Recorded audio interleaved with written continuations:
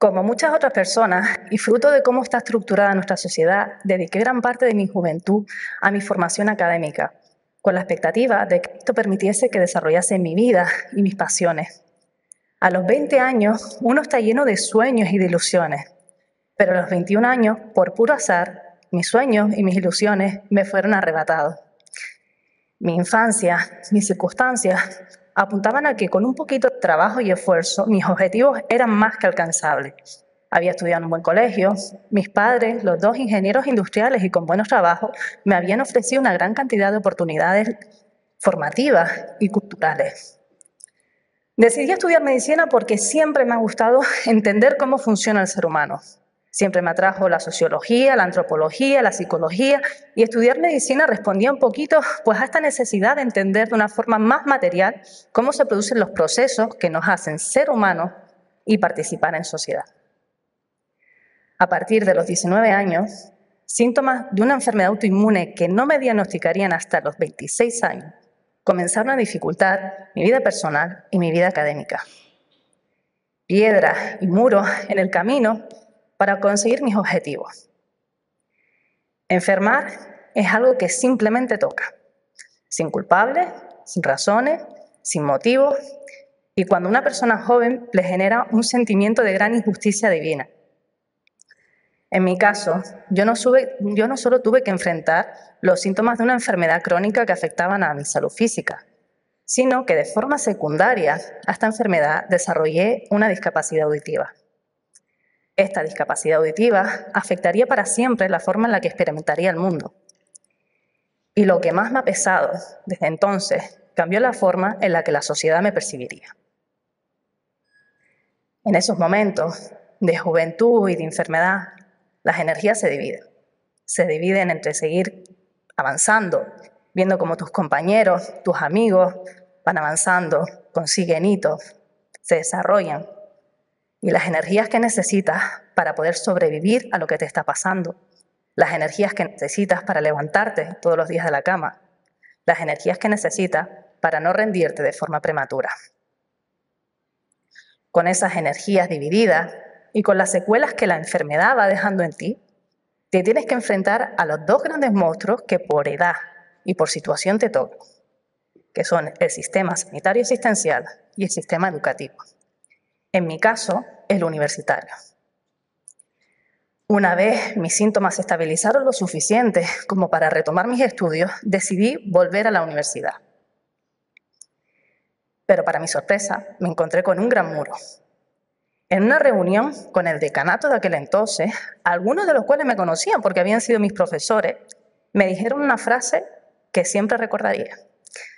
Tienes que replantearte si realmente podrás ser médico. No eran frases de preocupación por mi bienestar. Era una frase que ponía en duda mi capacidad por pedir y por solicitar los apoyos necesarios para poder desarrollarme y desempeñarme académicamente. Eran palabras que cuestionaban mi valor por representar una diferencia a la que no estaban acostumbrados. Una diferencia que les obligaba a poner en práctica esa empatía y esa humanidad que en clase no paraban de nombrar como fundamental y esencial para el ejercicio médico. En aquella reunión llegaron incluso a decir que las personas con discapacidad debíamos tener un título diferente cuando nos graduásemos en la universidad, que debíamos tener un título con asterisco, donde se marcasen las competencias en las que deberíamos haber tenido apoyos o adaptaciones. ¿Pero por qué? ¿Por qué cuando una persona tiene una discapacidad o lo adquiere, de repente tiene que tener un camino alternativo? Un camino lleno de eufemismos, de barreras, de condescendencia. Un camino que en lugar de incluir, en lugar de apoyar, a menudo lo que hace es estigmatizar y limitar. Recordemos que los nuevos modelos sociales hablan de la discapacidad como una condición que la sociedad genera a las personas cuyas características físicas, psíquicas, cognitivas o sensoriales se salen de la norma social impuesta y creada por nosotros. La discapacidad no es, por tanto, una condición inherente a la persona. Es una condición que la sociedad, los prejuicios y las barreras nos generan y que nos impiden desarrollarnos en igualdad de condiciones. En aquella reunión, a mí me quedó claro. No tendría solo que enfrentarme a las barreras físicas que mi nueva realidad conllevaba. Tendría que enfrentarme a las barreras sociales y a los prejuicios que iban a poner sobre mí. Lamentablemente, con el tiempo me di cuenta que esta es la realidad que las personas sordas, las personas que utilizan modelos de comunicación alternativos, las personas discapacitadas enfrentan a diario, en todos los ámbitos, pero sobre todo en el sanitario y en el educativo. En lugar de encontrar apoyo, me vi inmersa en la lucha constante e histórica de las personas sordas por una educación accesible. En 2008, solo el 5% de las personas sordas tenían estudios universitarios. En 2020, esta cifra ascendía al 10%.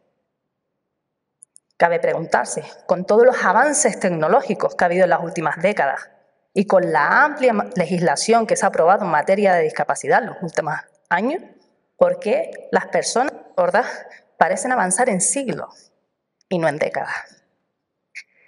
La realidad es que la discapacidad no son solo las barreras físicas, son las barreras sociales, son los prejuicios, son los sistemas perezosos que se acomodan y empiezan a ver las diferencias como un gran problema. En las aulas universitarias, la accesibilidad es todavía un tema pendiente. En mi caso, tuve que enfrentarme a un sistema de enseñanza que veía mi nueva realidad como un problema insuperable. Veía como un problema insuperable que las charlas telemáticas se realizasen en plataformas con un buen sistema de subtitulado. Veía insuperable la posibilidad de contar con un intérprete en el rotatorio clínico o en las prácticas asistenciales. Veía insuperable que no pudiese realizar las guardias nocturnas por salvaguardar mi salud. Veía insuperable el implantar bucles magnéticos o sistemas de modulación en las aulas en las que se impartían las clases a las que asistía. Lo que yo enfrenté no fue solo un desafío académico, fue una lucha constante contra un sistema que no estaba preparado y que no quería estudiantes como yo o estudiantes con otras discapacidades. Y en esa lucha me di cuenta de algo crucial. La accesibilidad no es un favor, es un derecho. La accesibilidad es un derecho que va a determinar tu vida, tu bienestar, tu futuro y tu participación en sociedad. La accesibilidad es un derecho que va a marcar tu calidad y tu esperanza de vida. La accesibilidad puede marcar si vives o si mueres. Como médica, sé que el acceso a la salud no es llegar a una consulta y que te atienda un médico. El acceso a la salud es mucho más.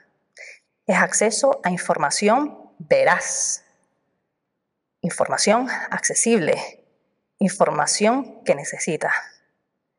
El acceso a la salud es ser capaz de contar con profesionales sanitarios, todos nosotros, en nuestro conjunto, capaces de entender y comprender las necesidades de los enfermos y orientarlos adecuadamente.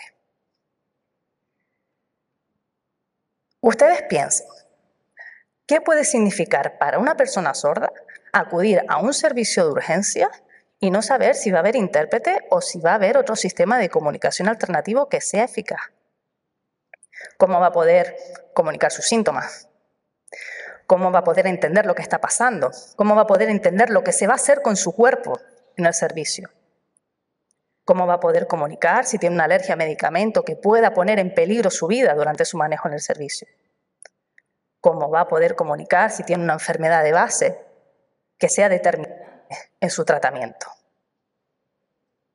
Ustedes imagínense ser una persona independiente, formada, autónoma y tener que depender siempre de una tercera persona para poder ir al médico.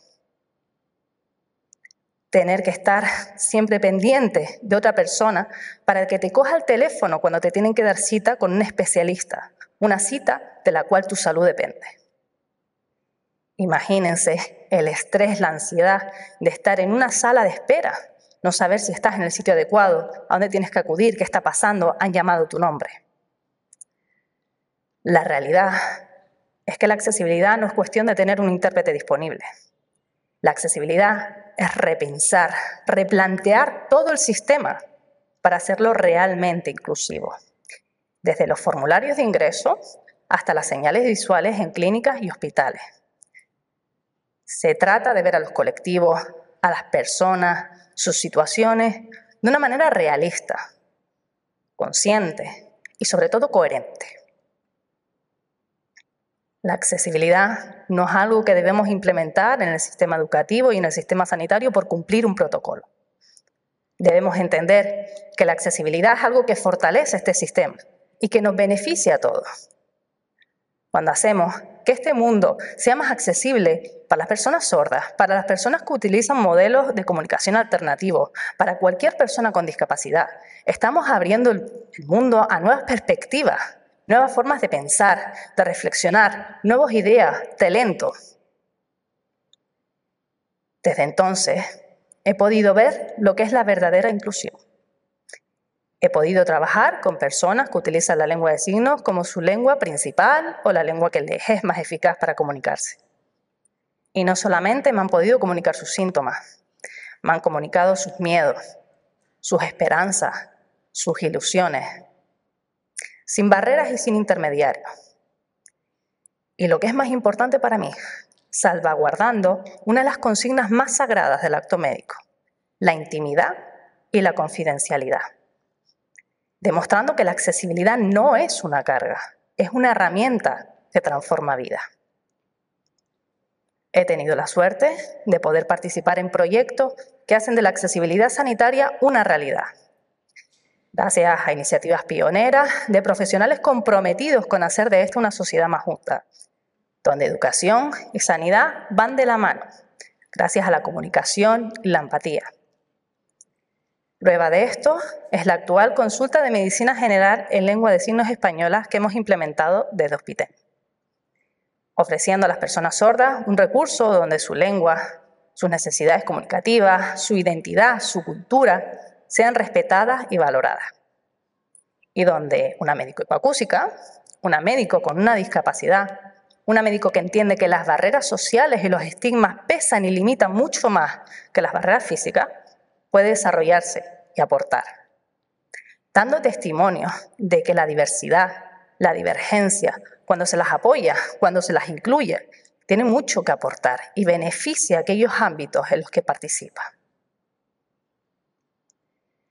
Me gustaría terminar con una reflexión. Mi camino para ser médico no fue un camino fácil, y no fue un camino fácil por mi discapacidad, sino debido a la cantidad de energía y de salud mental que tuve que invertir para luchar contra un sistema que no estaba preparado para mí, contra un sistema que no quería que yo estuviera ahí, contra un sistema que me veía como el problema. La accesibilidad no es un favor que le debamos a las personas con discapacidad, es un derecho. Me planteo cuántas personas con talento estamos dejando atrás por no querer replantear y cambiar el sistema. La accesibilidad es una cuestión de justicia social. Cada uno de nosotros, con nuestras acciones, con nuestros pensamientos, con nuestros discursos, podemos cambiar este paradigma, hacer que ningún estudiante, ningún profesional, ningún enfermo tenga que elegir entre perseguir sus sueños, sus objetivos, vivir o luchar hasta la extenuación contra un sistema que no está diseñado para ello. Gracias.